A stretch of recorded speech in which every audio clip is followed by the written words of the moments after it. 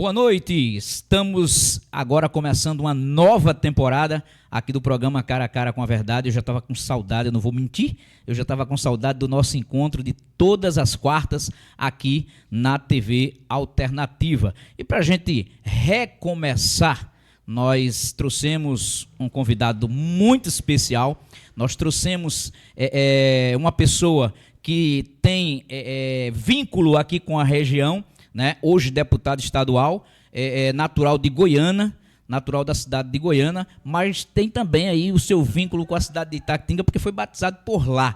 E a gente, no centro, ele vai ter que passar de Goiânia para Itaquitinga, tem que passar por aqui e já tem serviços prestados na nossa região. Foi prefeito de Igaraçu por 2 mandatos, de 2013 a 2020. E em 2022 foi eleito o deputado estadual para representar não só a região ali metropolitana do Recife, mas também a Mata Norte de Pernambuco. Eu estou falando do deputado estadual Mário Ricardo, a quem eu tenho o prazer de receber hoje aqui em nosso estúdio. Mário, boa noite, seja bem-vindo ao nosso programa. Boa noite, Carlos. Para mim é uma honra muito grande estar aqui nesse recomeço, desse programa importante da TV Alternativa, né, do programa Cara a Cara com a Verdade. E para mim é uma honra muito grande estar aqui em Condado, poder falar com o povo de Condado, com o povo da região, com todos que nos acompanham de uma maneira geral. Então a satisfação é minha, viu? O nosso bate-papo, eu quero começar já trazendo aqui algo que Mário tem, uma experiência enorme, que no caso é ser gestor, gerir. Ele, como foi gestor lá de Igaraçu, e hoje, como deputado estadual, representa aquela região e a região Mata Norte, como eu falei, até porque já tem emendas parlamentares que foram trazidas por ele aqui para o município de Condado, e por isso tive assim, a curiosidade de trazê-lo para a gente saber, né, na verdade, qual o arco de atuação aqui no estado de Pernambuco. Mas como gestor, como prefeito que foi, conhece o que é ser, né, executivo. E aí eu faço a seguinte pergunta: como o deputado hoje faz uma avaliação do governo Raquel Lira? Carlos, você começou o programa falando um pouquinho da minha história, né? Eu sou realmente filho do engenho Poço Mazagão, quando Itaquitinga pertencia a Goiânia, nasci em Goiânia e fui para Igaraçu com 7 anos de idade, então vivi a minha infância no município de Igaraçu, tive a honra de ser prefeito da cidade por 2 mandatos, né, consecutivos, e agora como deputado estadual. A minha atuação, eu sempre fui um político que defendi o distrito.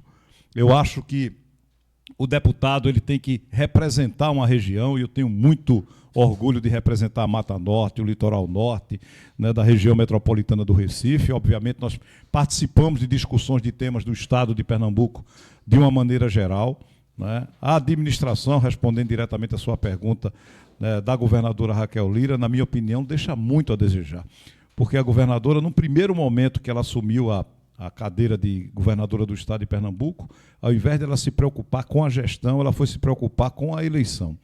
E o que nós estamos verificando hoje no estado de Pernambuco são projetos e obras, tá certo, sem planejamento nenhum para ser executado, Carlos. E isso afeta diretamente o desenvolvimento do estado de Pernambuco, isso compromete a questão da segurança pública, né, que é preciso todo um planejamento. Se você for para a saúde do estado de Pernambuco passa por sérios problemas. Está aqui a UPAE de Goiânia, que atende toda essa região, que está lá fechado, que foi a GIP que doou ao município de Goiânia, e está lá fechada essa UPA, e tantas outras ações especificamente na área, por exemplo, de educação, que é um tema que deve ser tratado com muito carinho por todas as pessoas, por todos os dirigentes. Educação você investe hoje, daqui a 10 anos é que você colhe os frutos desse trabalho que você fez.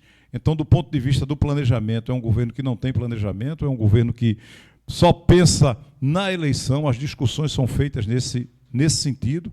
Nós estamos enfrentando aqui no estado de Pernambuco a questão do orçamento, que nós estávamos conversando aqui em off, né? O estado de Pernambuco tem um orçamento aprovado ano passado, e a justificativa do governo do estado é que não está fazendo repasse para os municípios, não está concluindo algumas obras em função do orçamento, que não é verdade. Mas para acabar com essa discussão, Nós tomamos uma decisão lá na Assembleia Legislativa, na reunião que tivemos com os prefeitos, com o presidente da MUP, representando todos os prefeitos do município, de dizer, tá bom, o orçamento está aprovado, a governadora quer o quê? Quer 20% de remanejamento? Nós vamos aprovar os 20% de remanejamento e vocês, a partir daí, passem a cobrar dela efetivamente que os recursos cheguem no município. Seja ele com convênio, seja ele com ações diretamente do governo do Estado. Então, na minha opinião, nós perdemos 4 anos, porque foi uma governadora que assumiu o Estado de Pernambuco sem nenhum tipo de compromisso político, podendo apresentar uma nova agenda para o Estado de Pernambuco, discutindo a questão da educação, da saúde, da geração de emprego, da geração de renda, né? Estreitou o debate político. Eu vou citar um exemplo muito claro. Eu estive acompanhando o ministro Silvio Costa Filho numa agenda lá em Caruaru. O ministro foi anunciar a requalificação do aeroporto de Caruaru. O governo federal destinou 150 milhões para a reforma do do aeroporto de Caruaru. A governadora, depois que foi dada a ordem de serviço para isso, ela tomou a decisão de não aceitar o dinheiro do governo federal e fazer com recurso do Estado de Pernambuco. Ora, se o governo federal tem recurso, quer aplicar no Estado, eu pegava aquele outro dinheiro e ia cuidar de outras ações. Quais as obras importantes para Condado, para o Litoral Norte, para a Mata Norte, para a região metropolitana, para o Agreste, para o sertão pernambucano? Então, esse modelo de gestão não aceitou o recurso, porque na época era o ministro Silvio Costa Filho, que existia um projeto dele ser candidato a senador da República. Pouco importa, a eleição estava distante, estava longe, e a eleição não pode interferir na gestão. Então, quando eu falo que nós perdemos a oportunidade, é por causa desse tipo de comportamento, você entendeu, Carlos? Então, falta gestão e sobra muita política, apesar do discurso dela ser o contrário. Ela diz que não está fazendo política. Ora, na hora que eu recuo 150 milhões do governo federal, porque eu não sou aliado do governo federal, o Estado de Pernambuco foi quem foi penalizado com isso. Então, é nesse aspecto que eu faço a crítica pela gestão. Você falou do ministro Silvio Costa, deputado federal, por diversas vezes bem votado aqui na cidade de Condado, né? Assumiu o ministério de, acho que era Portos e Aeroportos, não é isso? Portos e Aeroportos do governo Lula, e desde então se propôs a lançar sua candidatura como Senado. E você, como deputado, foi eleito pelos Republicanos, partido do então ex-ministro Silvio Costa, né? Hoje, a gente observa, quando a gente dá uma pesquisada pela internet, que você já não está mais no Podemos, já está, aliás, não está mais no Republicano, está hoje no Podemos, né? E o Podemos, o presidente do Podemos, ele tem uma ligação muito forte com a governadora. No pleito das próximas eleições, Mário Ricardo tem a liberdade de apoiar o candidato a governador que ele quiser, ou vai ter que estar, por conta da sigla partidária, no mesmo palanque que a governadora Raquel Lira? Carlos, o presidente Marcelo Gouveia conseguiu construir um bloco partidário muito interessante, tanto para deputado federal quanto para deputado estadual. E ele fez os convites às lideranças políticas que ele achava interessante que compusesse o partido e deu a liberdade para que essas lideranças políticas fizessem as suas opções. O partido Podemos, ele se apresentou nessa construção desse período pré-eleitoral como um partido muito plural, um partido que tem pessoas que votam em Lula, pessoas que votam em Bolsonaro, pessoas que votam na governadora Raquel Lira, pessoas que votam em João Campos. Eu tenho um posicionamento muito claro, eu sempre fiz política com muita independência. Eu tenho compromisso com os municípios que eu defendo, eu tenho compromisso com as bandeiras que eu defendo, a geração de emprego, qualificação profissional, o cuidado com a saúde, a preocupação com a educação, mas com muita independência. E isso me permitiu fazer uma grande gestão em Igaraçu, quando eu fui prefeito. Eu sempre fiz parte de um projeto político, eu gosto de projetos. Marcelo está construindo um projeto do Podemos. E para fazer o Podemos forte, ele precisava deixar o partido plural. E eu vou ter essa liberdade de poder fazer a minha escolha na próxima eleição para governador de Pernambuco, para presidente da República, independente do alinhamento do partido de uma maneira geral.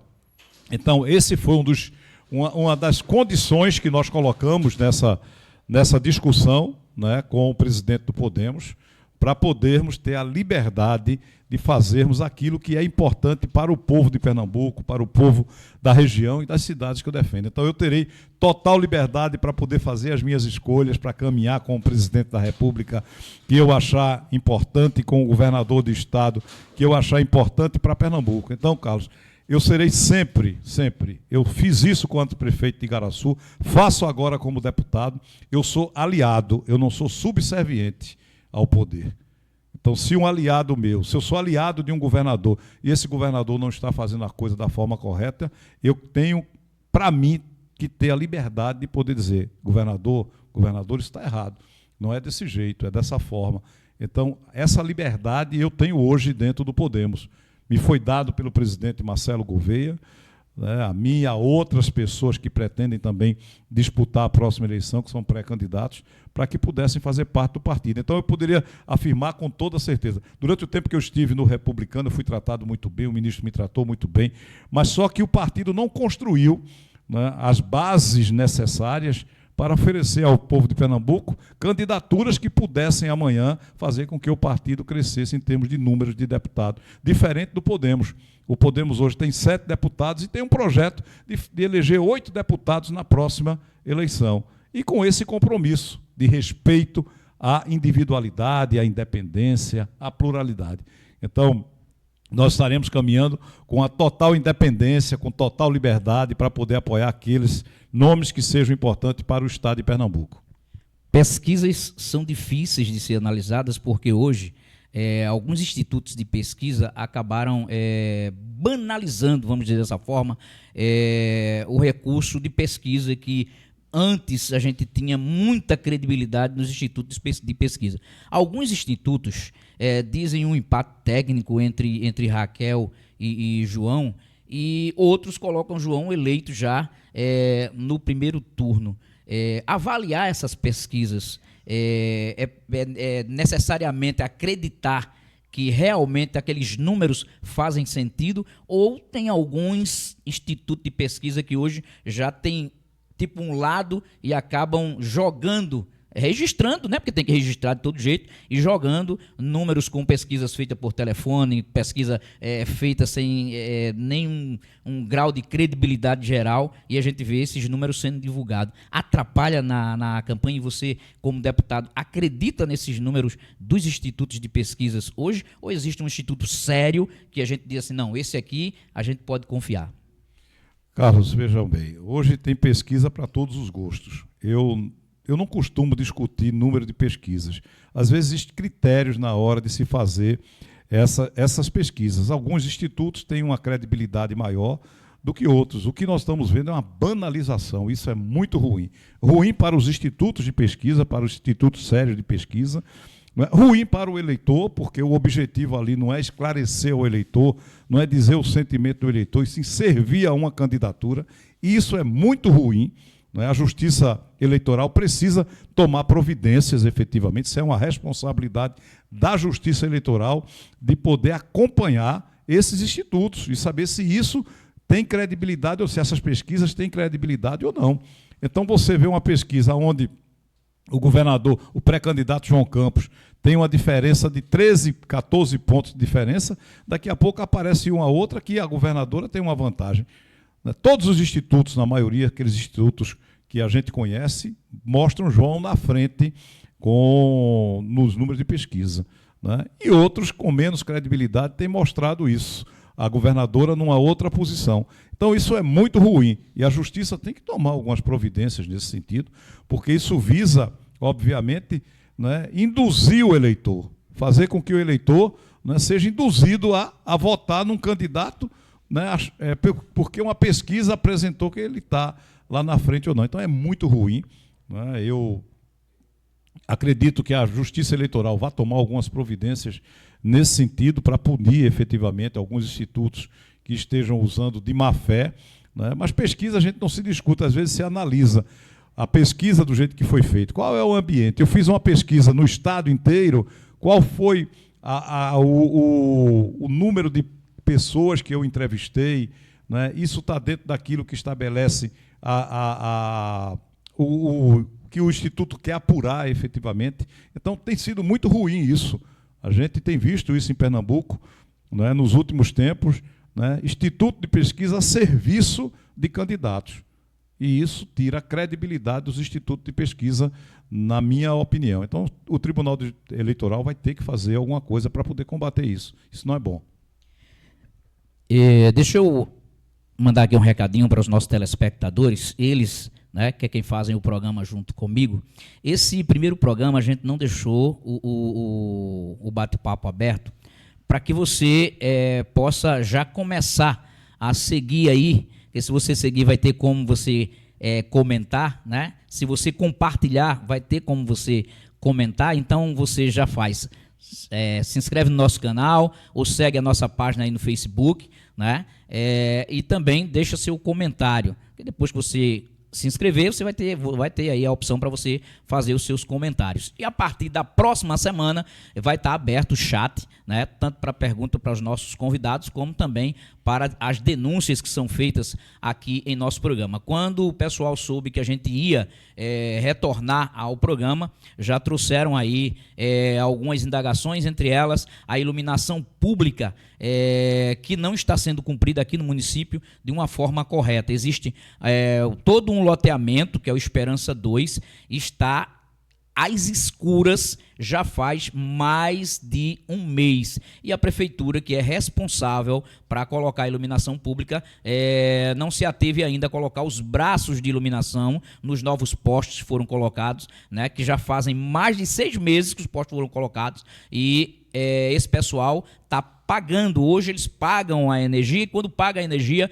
eles pagam também a iluminação pública, né? Então, a gente faz esse apelo aí à gestão municipal, à Secretaria de Infra, que é quem cuida da iluminação pública, né, que dê uma passadinha lá no Residencial Esperança 2 e que veja para solucionar aí o problema do pessoal lá em relação à iluminação pública, porque no tempo de hoje, à noite, você não poder sair porque está totalmente às escuras, é complicado, é muito complicado.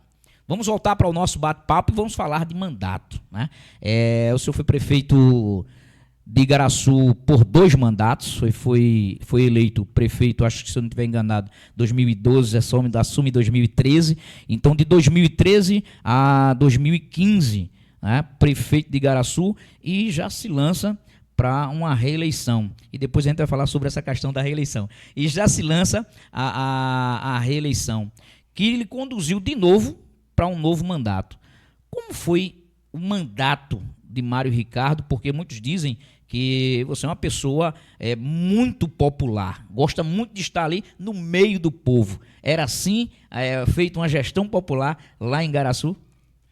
Carlos, primeiro dizer para os seus ouvintes, que nos assistem, que nos acompanham, né, os telespectadores, tá, que eles podem encaminhar para a direção da TV qualquer pergunta, qualquer indagação que eles queiram fazer, que eu teria o maior prazer do mundo de responder, tá certo? De mandar para você e você encaminhar para as pessoas que fizerem a pergunta, né?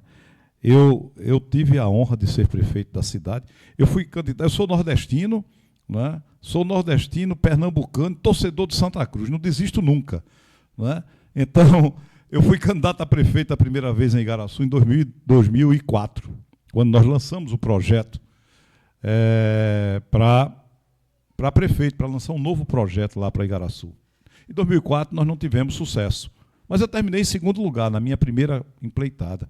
Tive 14 mil votos, candidato a prefeito. Em 2008 eu volto às ruas de Igaraçu, e é o que eu me lembro de um negócio interessante. Eu inaugurei um novo período de discussão política no município de Igaraçu, porque antes as campanhas eram só de agressão, de ofensa, de se agredir as pessoas, a família, coisa desse tipo, e eu modifiquei isso completamente. No primeiro discurso que eu fiz, eu disputava a eleição com 3 outros candidatos, né?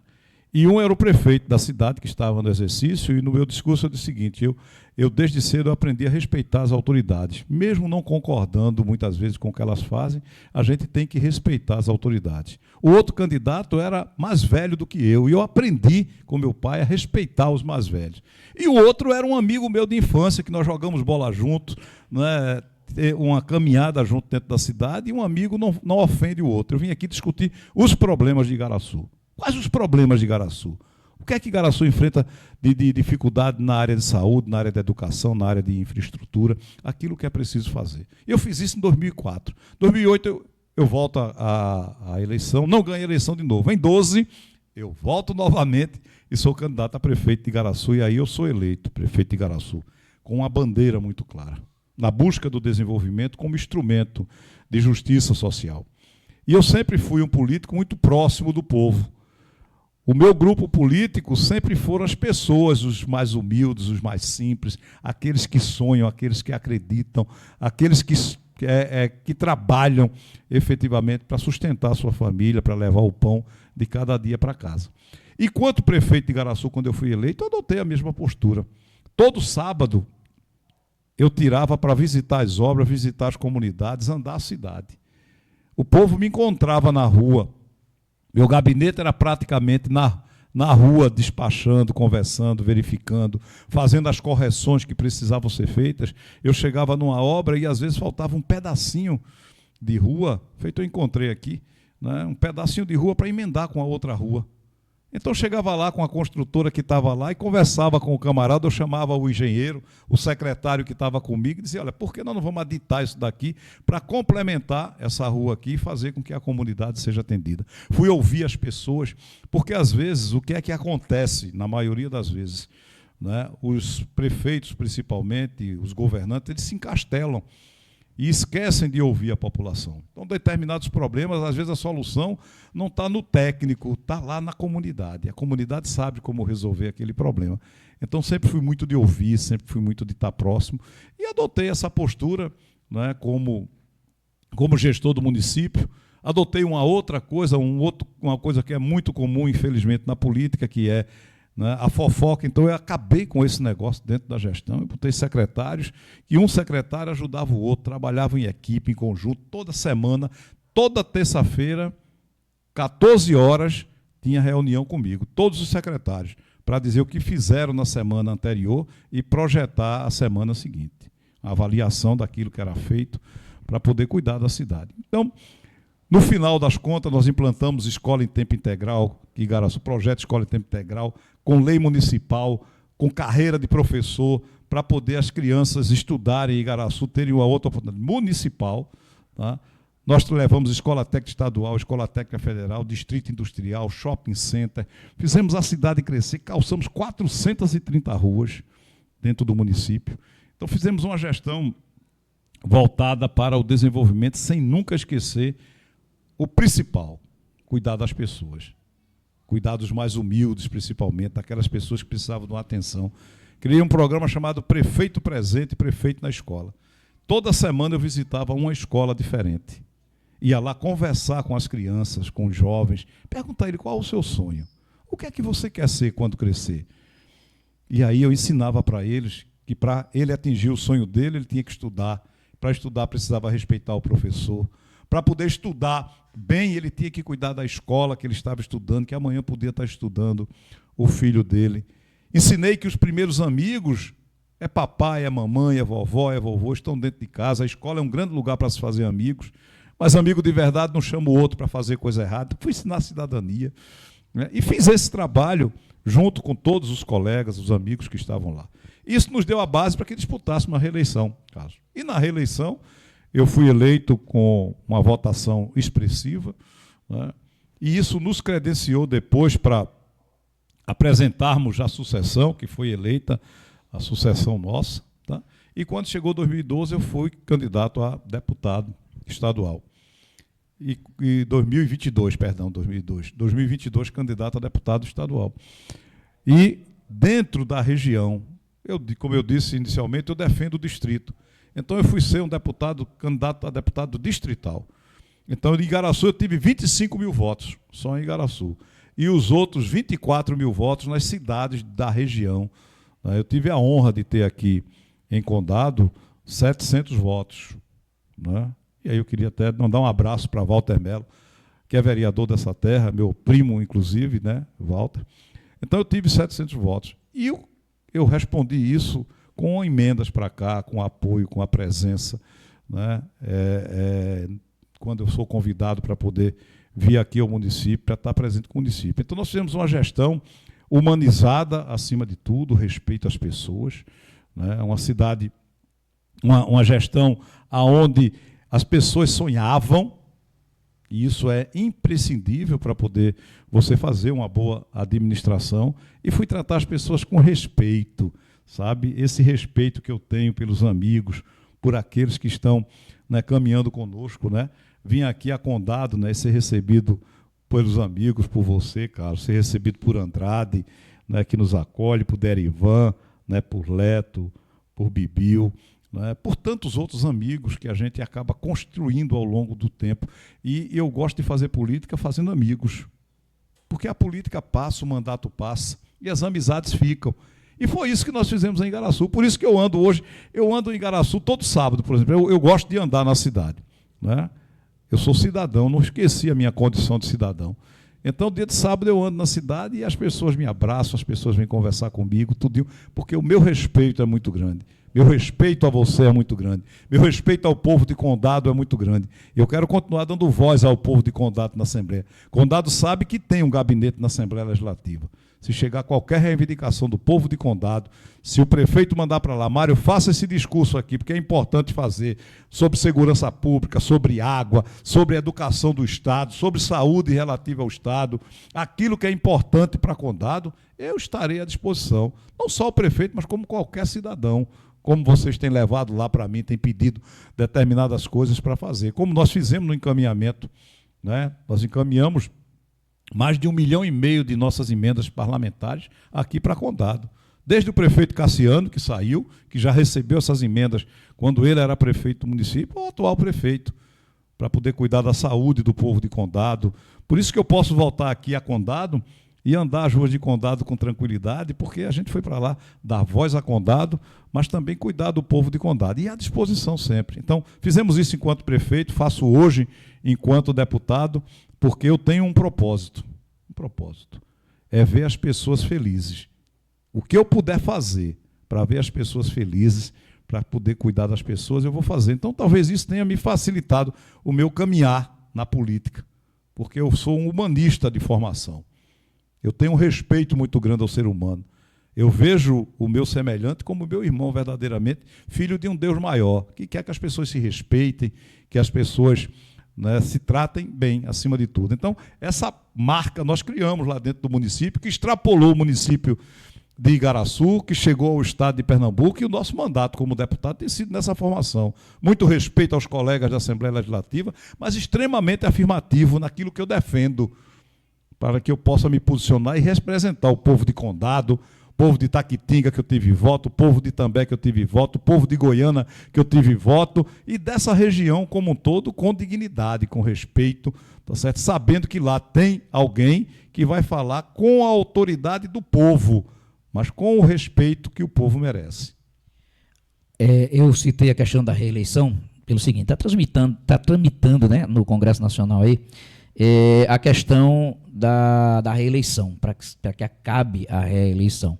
E isso a gente vê que dificulta muito, muito a questão dos municípios quando se fala da questão da reeleição, porque o prefeito eleito, ele não administra pensando no povo, ele administra pensando no novo mandato. E com isso, durante um período aí de 3 anos e meio, a gente não consegue ver andamento de obra, a gente não consegue ver nenhum projeto andando, e quando chega no período já próximo às eleições, a gente vê os gestores correndo contra o tempo para apresentar obra, para apresentar serviço, para mostrar que está fazendo alguma coisa. Eu estou falando isso porque gosto de acompanhar a política, e eu acho que todos os cidadãos brasileiros deveriam acompanhar e talvez até se inserir na política, até porque é de dentro que a gente sabe como que a coisa realmente funciona. A questão da governadora. A governadora passou aí 3 anos ali como se não tivesse nem Pernambuco para ela administrar. E chegando aí já nesse período, né, próximo das eleições, ela começa aí a entregar algumas obras de pavimentação, aí mostra algumas obras, tudo mostrando ali o que já deveria ter sido feito desde o começo. Mas a gente percebe que é para tentar aí uma reeleição. Isso a gente pôde acompanhar pelo seguinte: eu estava observando e acompanhando desde o final de 2025 a questão do LOA, que a Alep aprovou, né? E ela vetou porque não estava do jeito que ela queria. Concorda com a reeleição, e o que faltou no LOAS, que a própria governadora que fez lá com seus deputados mandou e foi aprovado, ela mesmo vetou. Olha, primeiro, esse tema da reeleição é um tema muito importante, que eu acho que o povo brasileiro deve se debruçar sobre ele e trabalhar até para que os políticos no Congresso Nacional revejam essa questão. Eu sou contra a reeleição do majoritário. Eu disputei a reeleição porque estava dentro da Constituição e era permitido, mas eu acabei com essa discussão dentro do município. Quando eu assumi a prefeitura de Igaraçu, logo no primeiro momento chegaram alguns políticos mais antigos e disseram: Mário, você tem que pensar na reeleição. Eu disse: eu não sei nem se eu sou candidato. Não sei nem se eu sou candidato. Estou preocupado em fazer a administração daquilo que foi importante para o município de Igaraçu. Não tenho esse negócio de antecipar processo eleitoral. Aí espalhou-se até na cidade que eu não seria candidato à reeleição, porque a nossa intenção era tirar esse foco da eleição e focar na administração. Tem uma lei tramitando no Congresso Nacional e eu espero que seja aprovado. Eu defendo, por exemplo, que seja igual no México. O México, a eleição é a cada 6 anos, sem reeleição para o Executivo.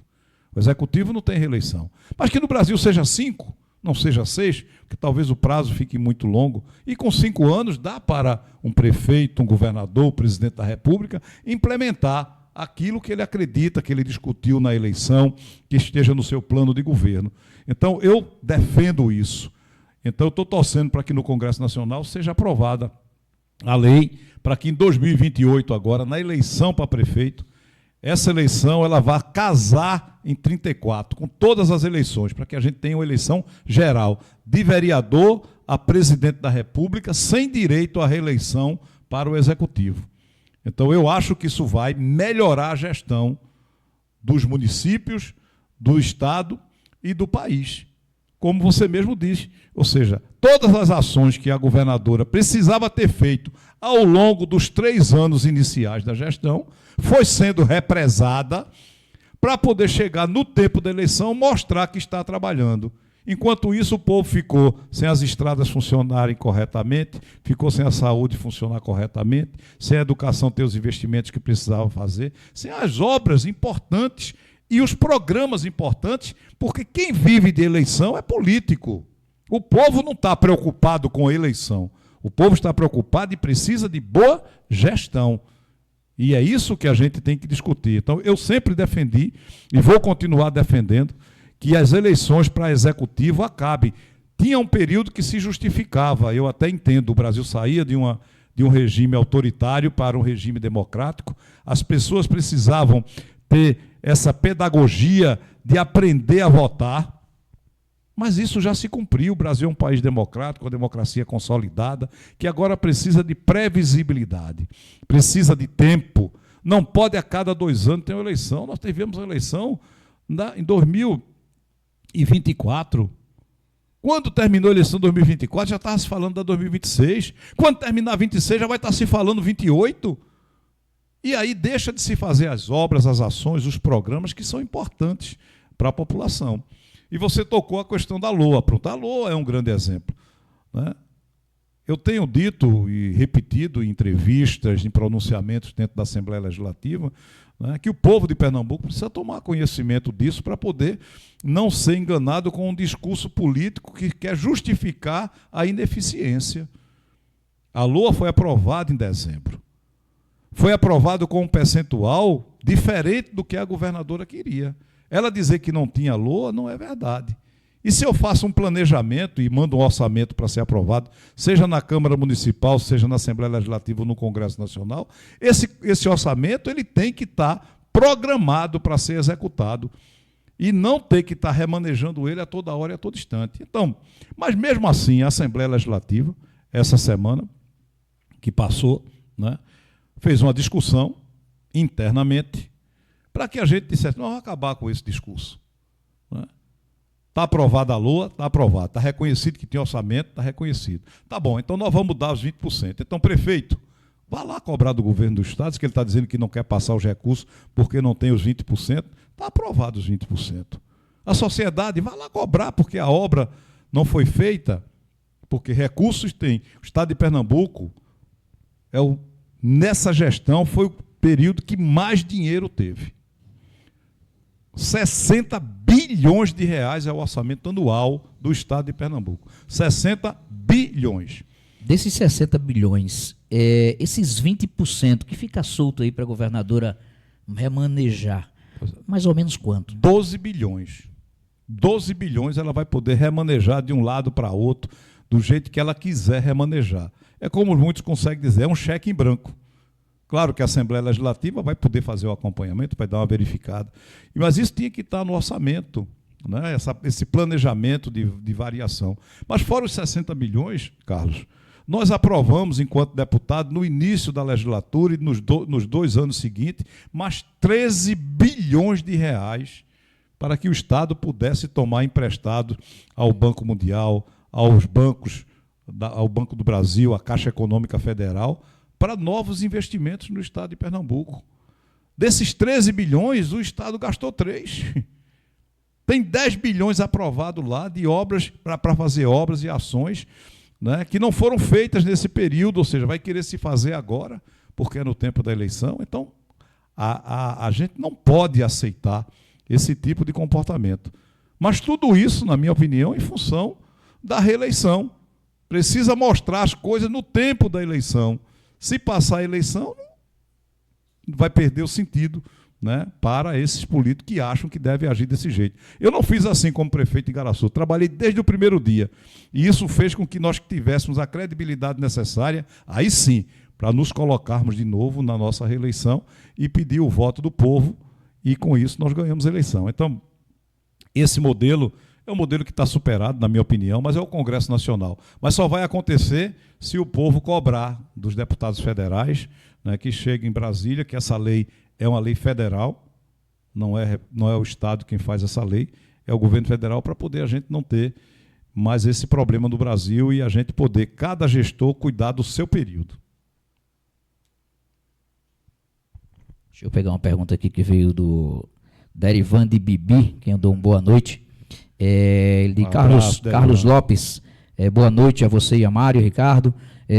Mário, mesmo ele sendo oposição ao governo Elcione, prefeita de Igaraçu, recentemente doou 4 ambulâncias para o município. Isso mostra o compromisso também com o povo de Igaraçu. Eu pude acompanhar isso aí nas suas redes sociais. Eu não sabia que você era oposição à prefeita de lá, a atual. Eu acompanho o deputado, de repente eu vejo o deputado entregando lá 4 ambulâncias. Essas 4 ambulâncias que vão atender o povo lá de Igaraçu, doada, né, pelo Estado, pelo deputado Mário, indicação do deputado Mário, leva 4 ambulâncias para Igaraçu, mesmo sendo oposição ao gestor atual, à gestora atual no momento. Mostra que Mário Ricardo não tem oposição e sim gestão para o povo? Bem, primeiro um abraço a Derivan, e obrigado pela pergunta. É uma oportunidade que a gente tem de esclarecer, né? O povo, ele tem que ser o nosso, né, objetivo principal, cuidar das pessoas. A disputa política, ela deve ficar no tempo da política, no tempo da eleição. Passado a eleição, todos têm que se juntar para poder trabalhar em prol do povo de Igaraçu. Então, muitos imaginavam, né, e a própria gestão atual, que tem uma visão muito estreita a respeito da política, aquela política da perseguição, né, que nós não iríamos fazer o que nós fizemos. Eu não destinei só ambulância. Eu destinei, além das 4 ambulâncias, mais de 3,5 milhões de emendas, que vai desde a recuperação da PE 14, que fica lá dentro do município, a outras obras estruturantes lá dentro do município. E eu não botei ambulância só para cá. Alguns municípios, para Igaraçu especificamente, alguns municípios eu destinei emendas, como eu fiz para Condado, recursos para cuidar da saúde. Outros eu destinei equipamentos. Além das 4 ambulâncias de Igaraçu, eu botei uma ambulância para Abreu e Lima, eu botei uma ambulância para Itamaracá, eu botei uma ambulância para Itaquitinga, eu botei uma ambulância para Itambé, para poder atender essas comunidades. Mas eu posso, com certeza, Carlos, afirmar para você, para todos que estão nos acompanhando, que o nosso modo de fazer política, ele foge às políticas convencionais. Eu faço política para o povo, eu não faço a política contra ninguém. Eu faço a favor do povo. E é isso que eu me proponho a representar na Assembleia Legislativa, para defender as pessoas. E isso eu dei a demonstração na cidade que eu fui prefeito. Que talvez se eu fosse um político convencional igual aos outros, não destinasse nada para lá. Mas o povo não pode ser penalizado por uma disputa política. Então eu fiz isso para poder estar de acordo com aquilo que eu defendo, naquilo que eu acredito, naquilo que eu confio. O povo, quando escolhe um representante, ele espera que esse representante haja com imparcialidade, com respeito e dignifique aquele voto que foi dado. Então, eu tenho um compromisso de honrar o voto do povo de Condado. E vou honrar até o fim. Como eu tenho um compromisso de honrar o povo de Igaraçu, que eu fui prefeito, que moro na cidade, que eu sou um cidadão de Igaraçu, moro na cidade. Né? Por isso que às vezes o pessoal até fala, mas Mário, você anda lá em Igaraçu, porque é diferente, veja bem. Eu moro lá em Igaraçu, eu não moro aqui em Condado, apesar de que só é me convidar, viu, Carlos? E aí eu quero dizer para os meninos, eu gosto de caminhar, de andar. Então acerte um dia aqui que eu venho andar com vocês aqui pela cidade, viu? Para abraçar as pessoas, para poder deixar mensagem de fé, de esperança, porque a gente vive num mundo que a gente precisa acalentar o coração do nosso irmão, que a gente precisa dizer para ele, acredite, tem alguém pensando em você, preocupado com você, né? Como nós viemos, né, verificamos um trabalho extraordinário que tem aqui, né, um trabalho feito, pelo amor de Deus, eu fiquei encantado com o trabalho do Sopão que tem aqui. Que coisa mais linda de voluntários, olha, que coisa extraordinária. Então, o político tem que ser esse mensageiro de fé e de esperança. E o Sopão, não só você ficou encantado, que eu também vi ali quando estava começando a obra, não sabia ainda que já estavam ali. Tive também, hoje, a oportunidade de conhecer, porque você esteve lá semana passada e naquele momento eu não tive como ir visitar dentro da sede, né? Mas é como lindo. visitar dentro da sede. Mas é uma estrutura sensacional. Naquele momento, quando a gente chegou lá, você já estava lá sentado numa reunião, conversando, batendo papo com o pessoal. Eu acredito que ali o pessoal já tinha recebido a sopa e já tinha ido para casa. Já né? tinham recebido. Mandar um abraço para Andrade, que é o presidente, né, que preside lá a associação, né, que tem um trabalho extraordinário. Que coisa linda! Um exemplo para vários outros municípios, né, com pessoas que querem fazer o bem, que acolhem famílias necessitadas, que precisam daquele... E aí uma coisa que eu vi muito interessante lá, não é apenas a sopa. Não é apenas a sopa. A sopa é um detalhe. É o carinho dado às pessoas, o cuidado com as pessoas, o zelo com as pessoas. E isso massageia o coração da gente. Isso nos dá a certeza de que nós vamos ter um mundo cada vez melhor na hora que existem pessoas que se dispõem a fazer isso. Então, eu queria abraçar a todas aquelas senhoras que estavam lá, né? A Andrade, que está presidindo, né, esse programa, esse extraordinário dessa associação, linda fisicamente, mas espiritualmente belíssima, porque o que exala dali é amor puro, viu? Amor verdadeiro, e a gente fica muito feliz de poder constatar isso. E quem puder ajudar, né? A gente vai trazer daqui a pouquinho o Instagram lá do Sopão Solidário para a gente passar para você. A gente solicitou aqui, daqui a pouquinho o Instagram a gente vai passar para você do Sopão Solidário, para você também poder ser um doador, para você também poder ser um voluntário, né? Lá a gente ficou sabendo que não é só a sopa, como o deputado falou, não é só a sopa, mas também tem algumas doações, são roupas, cobertores, cestas básicas no final do ano, o chocolate da criançada na Páscoa, e é um serviço voluntário que é feito e que é muito bonito aqui na cidade. Vendo você fazer umas visitas ao nosso município, né, e sempre que a gente convida você a estar aqui, eu quero agradecer, né, pelo carnaval que tivemos juntos aí. Naquele momento, era uma catraia que estava lá, né? Olha, Mas agradecer de coração, não só pela sua contribuição para que o povo pudesse brincar o carnaval, porque o que acontece em Condado? A gente tem blocos carnavalescos de tradição, certo? São blocos tradicionais, com mais de 30 anos, né, de existência, e as gestões, eu não vou falar só dessa, as gestões que vêm passando, mesmo a gente sabendo que existe o recurso para aquele fins, nunca foi direcionado às agremiações. E com isso, quem é dono de agremiação, eu falo porque sou dono de uma das maiores agremiações da cidade, tem que correr atrás em busca de patrocínio. E esse ano eu estava assim, sabe, desnorteado, sem saber o que fazer, porque a gente precisava lá do Minitrio para a gente poder. Aí uma pessoa soprou no meu ouvido: rapaz, já conversasse com o Mário? Inclusive falou assim: já conversasse com o Mário, que é o deputado de Walter Melo?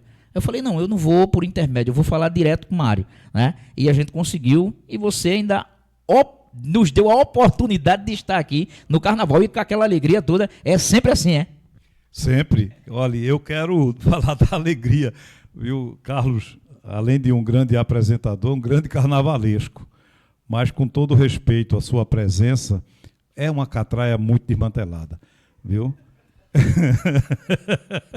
Mas foi um momento espetacular, né, de viver com o pessoal, né? E aqui fica a nossa mensagem para os dirigentes da cidade, para o atual, para o futuro dirigente, né, de apoiar as agremiações, de apoiar quem faz cultura, né, porque é cultura viva, né? O carnaval é algo extraordinário. Então eu vim, me surpreendi, eu não imaginava que seria tão grande como é.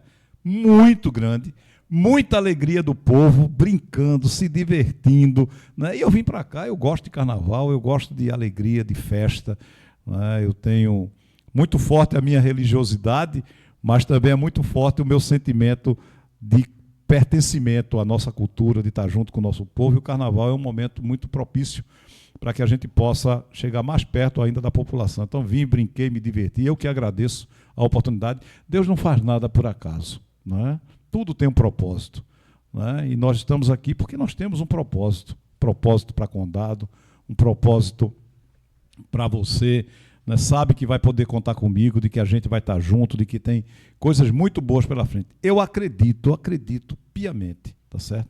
Na força da união, eu acredito na força do bem, e quando as pessoas se juntam com esse propósito, tudo, né? Tudo facilita, tudo comunga para o bem. Isso é o Sopão Solidário, é o exemplo disso. Chegar ali e ver uma sede daquela, uma organização daquela, tanta coisa linda aqui dentro, lá dentro, quantas mulheres trabalhando voluntariamente, indo à rua, pedindo, o pessoal das padarias aqui ajudando, contribuindo para poder o pessoal receber um prato de sopa, um pão, mas acima de tudo muito amor e muito carinho.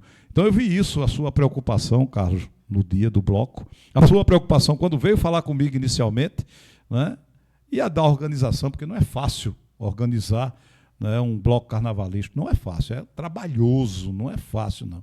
Mas eu fiquei agradecido a Deus por ter me dado a oportunidade de ter lhe conhecido, de estarmos juntos, né? Isso é o início de uma caminhada longa. As minhas coisas são sempre muito duradouras, né? Eu faço as coisas pensando no futuro, né, e não só no presente, só no momento. E eu não vim para Condado para passar uma chuva, eu vim para ficar, viu? Sabe? Vim para ficar e eu sou muito grato a essa terra, essa região, na verdade, como um todo, né? Essa região é muito linda, né? É uma região de um potencial muito grande, e o que eu puder contribuir para melhorar a vida do povo de Condado, puder ajudar, pode contar sempre comigo. E uma pessoa com o coração que você demonstrou que tem, Mário, que Deus possa, né, dar seguimento aí, né, e que o povo reconheça e te passe aí mais 1 ou 2 ou 3 e quantos mandatos, né, você puder exercer ali naquela Casa Legislativa. Deus é generoso, foi e é generoso demais comigo, né? O menino que viveu no interior até 7 anos de idade sem energia elétrica, que cortou charque na feira de Igaraçu, que se tornou um empresário respeitado no estado de Pernambuco. A minha empresa tem 38 anos, a empresa que hoje minha filha administra, virou prefeito da cidade, sem nunca imaginar que entraria na política, e hoje é deputado, né? Então Deus é extremamente generoso comigo. Me deu muitos amigos e está me dando mais novos amigos que a gente vai conquistando ao longo do tempo, ao passar do tempo. E é isso que para mim tem um significado muito grande. Quanto mais amigo, tá certo? Mais alegria tenho na vida. Então sou muito, muito grato a Deus por isso. O Instagram do Sopão é Sopão Solidário 5. Sopão Solidário 5. Você já pode seguir aí o Sopão, né? E por lá mesmo você já pode procurar melhores informações, né? É uma instituição sem fins lucrativos, uma instituição beneficente, né? Que faz aí, né, a sua parte dentre a sociedade, ajudando aquelas famílias mais carentes, né? Proporcionando a sopa toda semana. Toda quarta-feira, né? Toda quarta-feira. Então, na quarta-feira, à tarde, é o Sopão e à noite é na TV Alternativa com Carlos Lopes. Não esqueçam não, que a gente está voltando aí o nosso encontro de toda quarta-feira. E meu diretor-geral aí, meu produtor, né? Pode ficar despreocupado que a mensagem eu não esqueci não. A mensagem do final eu vou trazer você aqui para poder narrar, tá certo, João? Mário, vendo que você destina verbas parlamentares para alguns municípios e entre eles está Condado, né? Está Condado. Você destinou verbas para a saúde. Poderia pelo menos passar para a gente estimativa de valores? Você tem esses valores ou você tem que pegar depois, porque aí qualquer coisa a gente passa, mas se você tiver esses valores, é bom que a população condadense saiba. Por quê? Por que eu falo isso? Porque Condado tem uma nova gestão que poderia ser um marco, vamos dizer, na vida do gestor, só que eu acho que não estão sabendo aproveitar a oportunidade a qual o povo deu para o município de Condado, porque hoje a gente vê Boca de Lobo sem tampa, aberta há mais de ano, com o cavalete da prefeitura em cima, que a gente vai começar a cobrar a partir da próxima semana, fazer algumas matérias, colocar aqui no programa como sempre fizemos, né? E vamos começar a cobrar. Já o hospital da cidade, designaram 2 médicos para poder suprir a necessidade do povo, né? E eu acho que, vou até expor aqui a minha opinião em relação a algumas coisas que vem acontecendo no município, é a questão dos postos de saúde. Quando foram criados os postos de saúde, foram criados para desafogar os hospitais, né? Os hospitais das cidades, os hospitais do município, porque às vezes você está no bairro, você sentiu uma disenteria, você sentiu uma dor de cabeça, você sentiu uma dor que você não sabe qual é, você vai no postinho, lá tem um médico, o médico lhe atende e você já não passa mais. Hoje em Condado, precisa agendar no posto para você, na outra semana, ser atendido. Aí você já imaginou alguém com uma dor de cabeça hoje e só ser atendido pelo médico do posto do seu bairro no outro mês. Então, faço um apelo aí à secretária de saúde, a minha amiga Nice, né, que reveja, né, essas colocações e coloque pelo menos um médico lá para as emergências que chegarem, porque eu tenho certeza que desafoga o hospital do município. O hospital de Condado, desde a entrada do prefeito Albino, que vem sendo prometido uma máquina de raio-x. Aí já comprou uma máquina de raio-x, a máquina de raio-x está aí, tem uma sala sendo feita para essa máquina de raio-x e já se passou 1 ano e 4 meses e não foi feito essa sala. Não conseguiram concluir essa sala. Por isso que eu estou perguntando. Tem valores dessa verba parlamentar? Porque aí a gente tem hoje 11 vereadores no nosso município, 11 vereadores e nenhum, né, que a gente acreditava que fosse pelo menos ter alguém que fosse falar contra a gestão, ou não é contra a gestão, é contra algumas atitudes que a gestão toma que não é a favor do povo. Então tem que ter alguém lá para falar. São 11 vereadores, mas a gente não vê esses questionamentos. Então o pessoal fica realmente à mercê das redes sociais. Tem um valor destinado, que você destinou para Condado? Tem sim, Carlos. Só. Primeiro, eu acho que o programa ele pode ser um grande, né, instrumento de utilidade pública, né? E na hora que você faz essas colocações pedindo, né, algumas intervenções, eu acho que elas são importantes, né, para o administrador, para quem está administrando, seja a saúde ou qualquer uma outra área. Nós já destinamos, se eu não for o maior, mas eu talvez esteja entre os maiores, assim, em termos de deputados que encaminhou, né, emendas para condado, né? Quando soma os 3 anos, nós já encaminhamos para cá em torno de R$ 1,5 milhão de emendas parlamentares, tá, para a área de saúde. Uma parte que já chegou na época do prefeito Cassiano, e as outras, né, desse ano, do prefeito Albino, e outras que vão entrar, mas já estão destinadas, já estão dentro do orçamento do Estado, que devem chegar especificamente para a área de saúde. Então, o deputado estadual, ele não tem a mesma quantidade de emendas que tem o deputado federal, que tem uma quantidade muito maior. Por isso que eu posso afirmar que, se eu não sou o maior doador de recursos de emendas para o município, eu sou um dos maiores, dos que mais de recursos destinou para o município de Condado nessa área especificamente. Então, nós já fizemos isso, vai ter o orçamento do próximo ano também, desse ano que nós estamos fazendo, né, que será executado no ano seguinte, e eu pretendo botar mais recursos para cá. E aí eu vou conversar até com o prefeito Albino, se nesse período não chegar recurso especificamente para essa área, para o raio-x especificamente, se ele vai querer que eu faça uma destinação na emenda parlamentar do próximo ano, especificamente para essa área. Se for, eu terei o maior prazer de fazer esse encaminhamento, se esse equipamento for importante para o município de Condado. Então, em termos de contribuição, né, nós já fizemos esse nos 3 anos que cabiam a gente, que nós tínhamos o orçamento, nós destinamos para Condado esses recursos. Nós temos uma deficiência muito grande na área de esporte.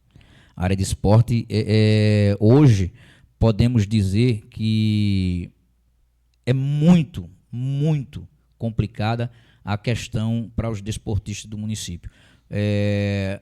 A gestão Cassiano não teve campeonato, nenhum campeonato durante 8 anos da gestão Cassiano.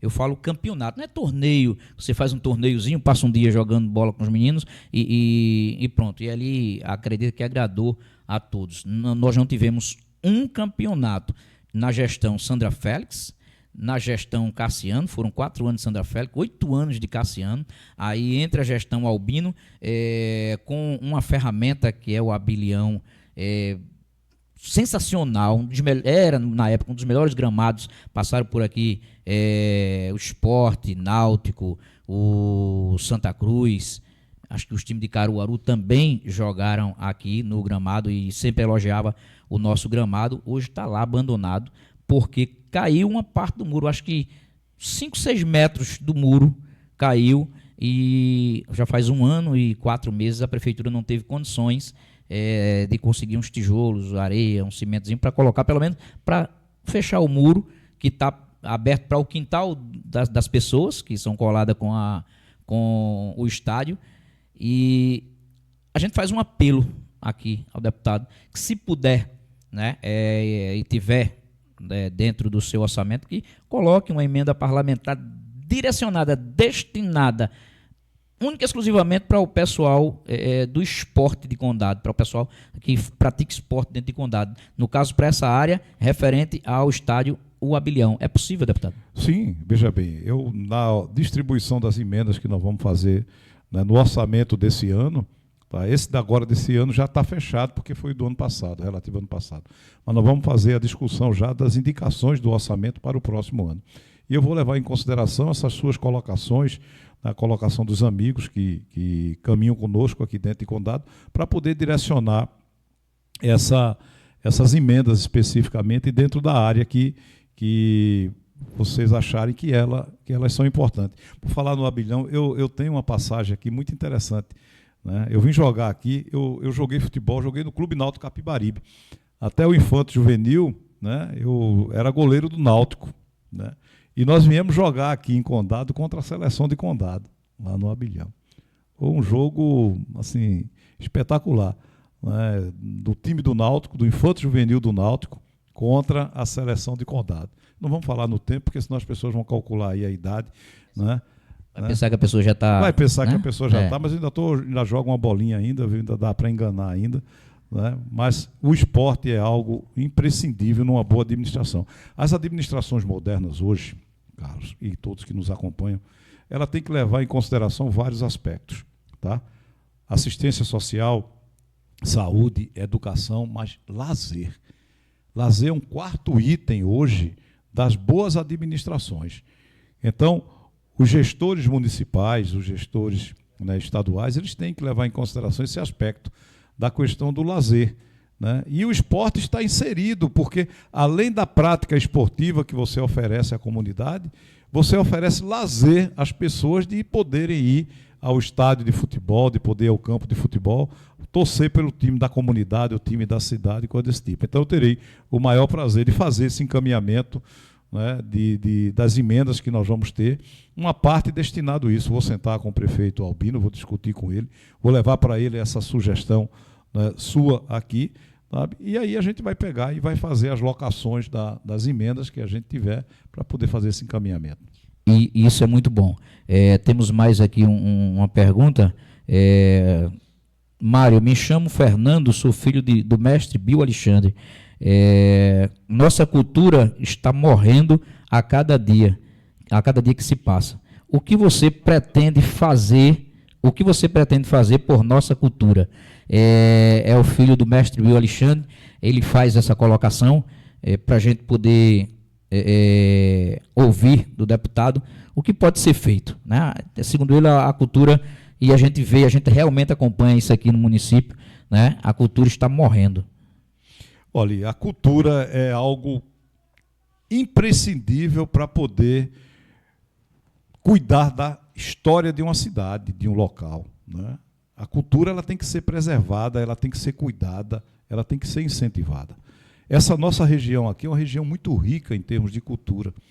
E é preciso que as gestões ela tenham uma atenção especial com a questão cultural, né? Essa região nossa da Mata Norte pernambucana, ela é rica em cultura, né? Então, esse cuidado deve existir constantemente. Eu me disponho a ser o interlocutor, a fazer uma discussão, a vir conversar com o prefeito, com as lideranças locais, né, para poder a gente manter viva a nossa cultura. Manter viva a cultura é a certeza de que seremos perpetuados no futuro. Uma terra que não valoriza a sua cultura, ela corre sérios riscos de ficarem apagadas no futuro, de não existir no futuro. Quem contará a história de Condado no futuro? Só quem faz cultura. Como é que o povo se divertia, como é que o povo, né, se manifestava? É através da cultura. Então, eu defendo plenamente, eu apoio efetivamente a cultura, né? Eu vivi isso lá dentro de Igaraçu. Igaraçu tem o Maracatu Estrela Brilhante. O Maracatu Estrela Brilhante é o mais antigo do Brasil. Ele nasceu originalmente lá em Vila Velha, depois veio para Igaraçu, é o mais antigo do Brasil, Maracatu Estrela Brilhante. Esse ano passou 200 anos. 200 anos o Maracatu. E quando eu fui prefeito da cidade, ele abria o carnaval e encerrava o carnaval de Igaraçu, né? Então, essa valorização da cultura, das manifestações populares, elas são imprescindíveis para que se mantenha viva a história de cada povo, de cada cidade, de cada comunidade. Então, vocês contam com a minha voz. Mário, é preciso fazer um pronunciamento a respeito da cultura de Condado, desse sistema aqui. Discuta isso aqui, faça um pronunciamento, faça uma indicação para o governo do Estado. O governo do Estado tem uma secretaria de cultura diretamente para isso, que a gente pode fazer as reivindicações, as indicações daquilo que forem importantes. Recebi até informação, eu acho que a gente conseguiu colocar nas emendas desse ano ainda alguma coisa para o esporte. E aí eu vou verificar e depois eu te confirmo, viu, Carlos? Certo. Nós falamos de cultura, falamos de esporte, falamos do orçamento de 2026, essa polêmica que ficou aí na imprensa, a governadora fala uma coisa, a Alep fala outra, mas aí acabou sendo esclarecido, porque o orçamento que ela mandou queria 20% liberado para que ela pudesse remanejar aí esse valor para onde ela achasse que deveria ser destinado, e já votado, aprovado, já está tudo certinho, então a governadora já tem o orçamento. Mas a gente tem mais um tema, né? Antes de finalizar o programa, a gente tem mais um tema que hoje a gente, ao ler os noticiários, ao assistir às grandes emissoras, a gente causa preocupação. é a questão da segurança pública, né? E com ela a dosagem que vem pesada e aumentou muito na questão do feminicídio, né? Então, a gente já tem problema na questão da segurança, na questão de assaltos. A gente já tem problema na saúde na questão dos homicídios. E agora, a questão do feminicídio, que vem aumentando muito no nosso estado. E a gente tem uma governadora que é mulher, né? E a gente tem visto nas redes sociais diversas cobranças na questão das delegacias da mulher, que à noite, no final de semana, estão fechadas, que é onde eu acredito que mais a mulher precise, que é no final de semana, quando o esposo está de folga, o seu companheiro está de folga, está tomando está com um churrasquinho, e depois acontece, na maioria das vezes, alguns incidentes e acaba gerando a questão do feminicídio. Quanto deputado no mandato, neste primeiro mandato, o que fez, né, em relação à segurança pública e por que essa deficiência tão grande de segurança, já que a governadora contratou aí diversos policiais, que é aquele laranjinha que o pessoal fala que era o período probatório, que vai lá e tal, com tantos policiais na rua. E por que o número de homicídio, feminicídio, assalto à mão armada aumentou? Bem, Carlos, esse tema é um tema muito sensível, né? A sociedade, ela parece que está doente com relação a essa questão, principalmente do feminicídio, né? Que é algo que nós temos que combater, que vai logo desde cedo no respeito ao ser humano, no respeito às mulheres. E o que tem sido visto dentro de Pernambuco e no Brasil de uma maneira geral, mas particularmente em Pernambuco, é um crescimento muito grande. Falta de políticas públicas de prevenção. Falta de políticas públicas que cheguem efetivamente aonde se precisa, que vai desde as delegacias das mulheres, da mulher que foi prometido na campanha que se iria abrir, que iria ampliar o número de delegacias das mulheres, da mulher, e a gente não vê isso acontecendo na prática. A gestão mesmo, não adianta você colocar policial se você não tiver um projeto, um programa. Eu me lembro com muita clareza do programa O Pacto pela Vida, criado pelo ex-governador Eduardo Campos. Esse assunto era tratado pelo governador. Todo mês, Eduardo estava reunido com todo o pessoal da segurança pública e das outras instituições envolvidas com a questão da segurança pública. Porque não é só o combate, é a prevenção. O que é que nós vamos fazer para evitar que aconteça o feminicídio, que aconteça o assassinato, que aconteça um problema maior, os assaltos. Então, hoje tem muita propaganda dos laranjinhas, que eu acho que é até uma forma, não é, depreciativa de falar de um profissional de segurança pública, um policial, sabe? É um policial que precisa ser respeitado, valorizado, e isso é uma coisa que eu sempre tenho discutido muito. Valorizar o profissional da segurança pública. Todos os dias sai de casa para proteger a minha vida, a sua vida, a vida de você que está nos assistindo hoje. Nós temos que respeitar o profissional, o policial, valorizar o policial. Hoje o policial, aquele policial que não se comporta de forma adequada, tem mais publicidade do que aqueles heróis que todos os dias saem de casa para poder proteger a nossa vida. E essa falta de valorização do profissional, essa falta de cuidado, essa falta de planejamento, só é na publicidade. Na publicidade é uma coisa, mas na prática, quando você vê, é outra completamente diferente. Então, nós temos feito, na minha parte especificamente, visitas aos comandantes dos batalhões, perguntando a eles, porque eles é que conhecem da segurança pública, o que é que nós podemos fazer? É a condição de trabalho que precisa ser melhorado? É a qualificação desses profissionais? Tem que envolver a sociedade de uma maneira geral. Isso é um tema muito preocupante, que a gente precisa encarar ele de frente, e é responsabilidade do Estado, diretamente do Estado, a questão de segurança pública. Então o governador tem que trazer para colo dele. E o que mais me estranha nesse caso é que a governadora, no discurso, disse que esse assunto ela ia cuidar. E quando nem a delegacia das mulheres, da mulher, ela abre. E as mulheres não têm a quem recorrer, né? Então tem um programa muito interessante que foi feito na Prefeitura do Recife, né, que é o Compaz.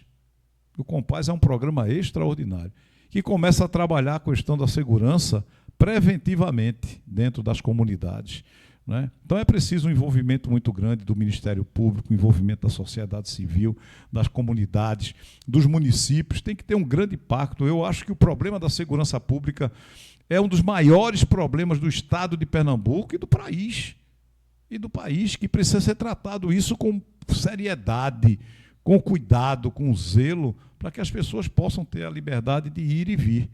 Se banalizou essa questão da violência. Se banalizou. Hoje em dia, as pessoas... Né, quem é que não foi assaltado? É difícil achar uma pessoa que não foi assaltado. Então é preciso esse assunto ser debatido, ser tratado com seriedade, ser tratado com respeito, e é uma responsabilidade direta do chefe do Poder Executivo. Quem sentar na cadeira de governador de Pernambuco tem que saber que esse tema precisa ser enfrentado para que a população se sinta segura e que possa viver em paz, porque hoje, infelizmente, não se vive em paz no estado de Pernambuco, porque a segurança pública é um desastre. Não culpa dos policiais, não, viu? Eu não culpo aqui os policiais, não. Mas as condições de trabalho, que hoje, mais do que nunca, é preciso uma organização, informação, é preciso ter inteligência para poder se combater o crime. E é preciso investir forte na educação, na conscientização do papel de cada cidadão. Então precisa botar mais policiais, mas precisa botar, acima de tudo, mais gestão, para poder os resultados efetivamente aparecerem. Dizem que tudo que é bom dura pouco, né? Estamos chegando ao finalzinho do programa, mas antes eu queria ouvir de Mário, e eu faço sempre essa pergunta aos convidados que vêm, tanto vereador como deputado, candidatos a prefeito. Mário, prefeito de Igaraçu, Mário, deputado estadual, por que Mário tem que ser reconduzido à Casa Legislativa de Pernambuco? Para poder dar continuidade a um trabalho que nós começamos, de mostrar a importância de cada município do litoral norte, da Mata Norte pernambucana, para que a política do bem ela continue tendo voz dentro da Assembleia Legislativa, para que a gente possa cuidar das pessoas dessa região. Uma região que não tem representatividade, que não tem voz dentro do cenário estadual, ela acaba ficando esquecida na hora das políticas públicas serem implementadas por quem estiver à frente do Executivo Estadual. Então, a minha condição de pré-candidato, ela se dá nesse propósito de continuar dando voz a Condado, dando voz a Itaquitinga, a Itambé, a Goiânia, a Igaraçu, a Itapsuma, a Itamaracá, a Abreu Lima, a Paulista, a Olinda, a Recife e a Pernambuco de uma maneira geral, porque a minha bandeira será sempre essa, a busca do desenvolvimento como instrumento de justiça social, a geração de emprego, a qualificação profissional. Então, eu pretendo voltar à Assembleia Legislativa para dar continuidade àquilo que nós começamos. Como eu disse quando eu fui candidato a prefeito de Igaraçu na minha reeleição, se o primeiro mandato foi bom, espere o segundo, que nós vamos fazer ele melhor ainda, porque a gente já adquiriu experiência, aprendeu os caminhos, como fazer, como realizar, como reivindicar mais. E se Deus quiser, nós vamos ter um governador alinhado conosco para poder pedir mais ainda e ele conseguir atender e fazer as entregas, porque quem executa é o executivo, é o governador. O deputado ele faz indicações, ele aponta aonde deve ser aplicados os recursos. E nós esperamos, tá certo, que nessa caminhada a gente possa fazer essa parceria ao lado de João Campos, tá certo, e de Mário Ricardo, reeleito deputado, se for à vontade do povo de Condado e do povo pernambucano de uma maneira geral. Mário, muito obrigado, né, pela sua participação, não só por aceitar o nosso convite de vir aqui à TV Alternativa. Eu espero que do período da campanha, não só agora da pré-campanha, mas no período da campanha a gente também possa ter esse momento para a gente falar um pouco já do cenário já consolidado, do cenário político já consolidado de Pernambuco, e desejo sorte, né, e que estejamos aí, né, com mais representatividade para o nosso município na Assembleia Legislativa. Muito obrigado. Carlos, eu que agradeço a todos vocês que nos acompanharam até agora, me colocar sempre à disposição. Para mim é uma honra estar aqui nesse recomeço desse programa que tem uma importância muito grande para a cidade de Condado e para a região de uma maneira geral, me colocar sempre à disposição. E lembre-se, você que está nos acompanhando até agora, que faça o bem. O bem é bom demais. As pessoas, além de ficar felizes, você vai pavimentar o seu caminho para quando chegar até o nosso Deus, Ele está satisfeito com a missão que Ele deu a você para que você cumprisse aqui na terra. Um abraço e que Deus lhe proteja sempre. Parabéns, Carlos. A cara, né, do nosso programa é justamente a mensagem que a gente faz no final do programa. O meu diretor ali já copiou, já decorou, mas eu gosto sempre de dizer, porque isso é, para mim, né, é importante desde o meu começo nas rádios e em seguida poder trabalhar em uma rádio profissional. Depois vi que ficou cansativo para mim estar me deslocando daqui para outra cidade, e aí eu vim para as rádios comunitárias da cidade, que não era legalizada e automaticamente fecharam, mas está abrindo uma nova aí, uma nova rádio comunitária aqui para o município, e sempre finalizei cada programa meu dessa forma. Decore, viu, Gel? A você que ficou comigo até aqui, fim da linha, fim da estrada. Não será mesmo como a sua escada, primeiro degrau pisado, segundo e agora o terceiro. E já fazendo ver muitos outros que com certeza hão de vir. Assim na comunicação, assim em outra jornada da vida. Desafio vencido, novo desafio cobrado. A cada passo dado, a cada fruto colhido, força redobrada. Seja otimista, acredite em Jesus Cristo e adiante sempre. Tchau, pessoal. Até a próxima quarta-feira, se Deus assim nos permitir, pois graças a Ele a vida continua. Ela que é a arte dos encontros, embora haja tantos desencontros pela vida.